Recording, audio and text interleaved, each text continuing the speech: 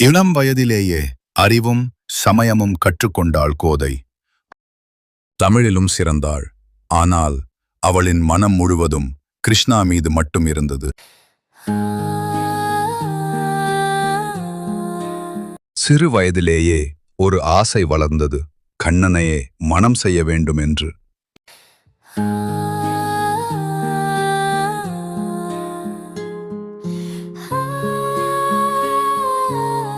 தன்னை கண்ணனின் மணப்பெண்ணாகவே நினைத்தாள்.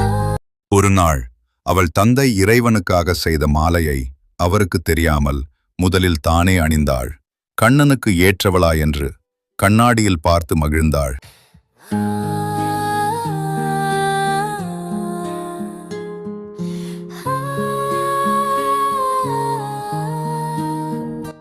பின்னர் அமைதியாக அதே மாலையை திரும்ப வைத்தாள்.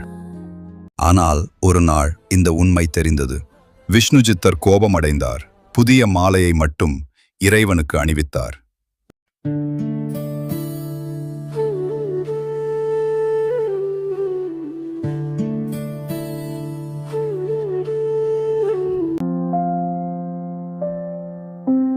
கண்ணனே, நான் உனக்கு ஏற்றவளா? என் மனம் உன்னோடுதான்.